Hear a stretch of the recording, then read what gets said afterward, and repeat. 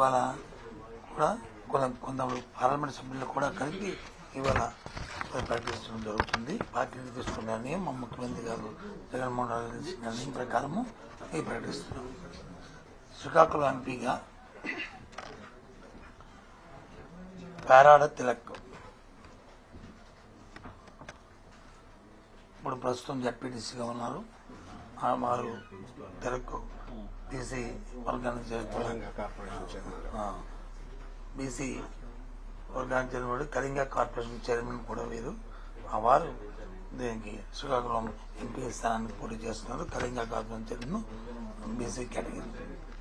విశాఖపట్నం ఎంపీగా బొత్స ఝాన్సీ లక్ష్మి ఇంతకుముందు 2 సార్లు ఎంపీగా చేశారు విజయనగరం బొబ్బిలికి.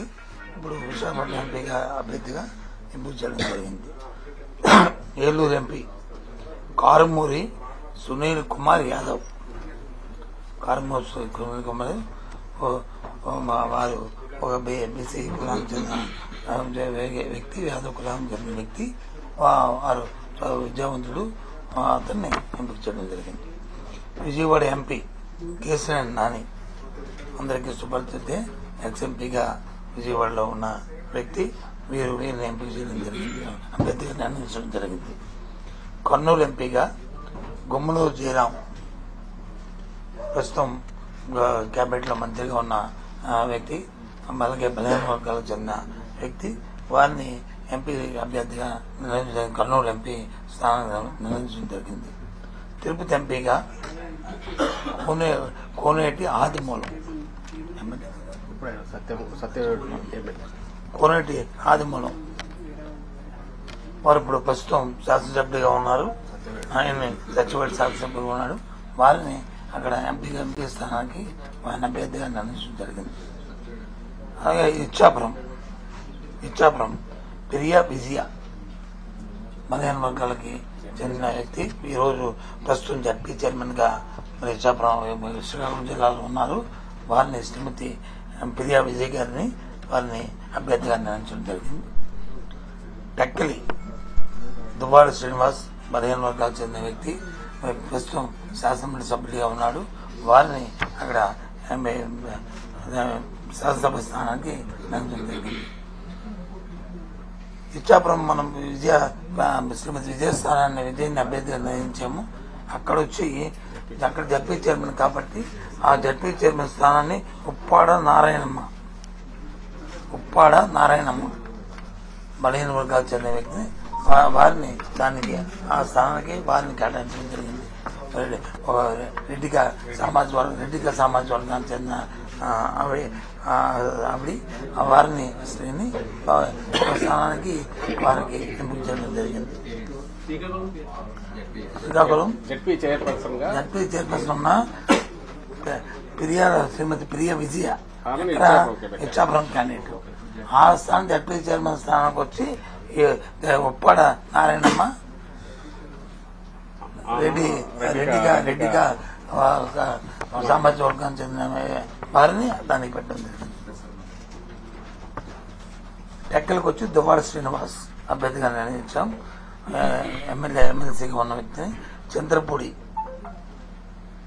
ఎస్సీ నియోజకవర్గానికి ఖమ్మం విజయరాజు అలాగే రాయదుర్గంకి పెట్టు గోవిందరెడ్డి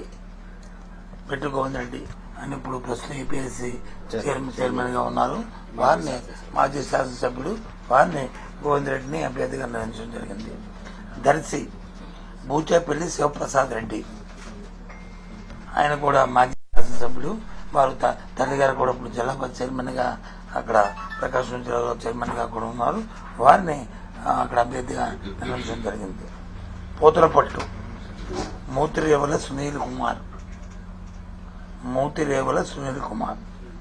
పూతలపట్టు ఎస్ఐ మాజీ శాసనసభ్యుడు. వారిని అక్కడ సునీల్ కుమార్ నిర్ణయించడం జరిగింది. చిత్తూరు విజయానంద రెడ్డిని ఆ స్థానానికి ఆయన నిర్ణయించడం జరిగింది. మదనపల్లి నిస్సార్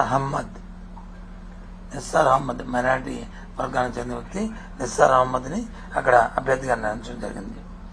రాజంపేట ఆకేపాటి అమర్నాథ్ రెడ్డి ఎక్స్ ఎమ్మెల్యేగా ఉన్న వ్యక్తి, అలాగే ప్రస్తుతం జడ్పీ చైర్మన్ గా ఉన్న అమర్నాథ్ రెడ్డిని అక్కడ అభ్యర్థిగా రాజంపేటకి అభ్యర్థిగా నిర్ణయించడం జరిగింది.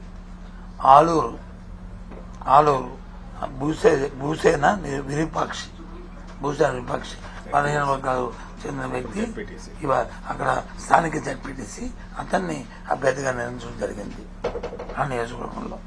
కోడుమూరు డాక్టర్ సతీష్, గూడూరు మేరిగా మురళి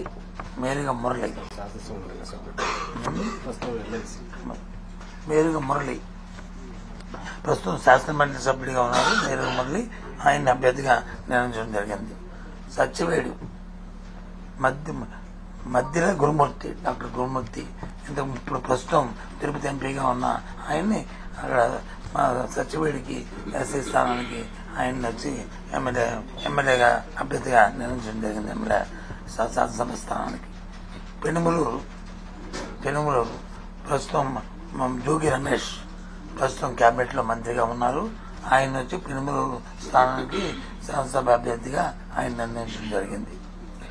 పెడన ఉప్పల రాము వీరి భార్య ఇప్పుడు జిల్లా చైర్మన్ కృష్ణా జిల్లాకి ఉన్నారు.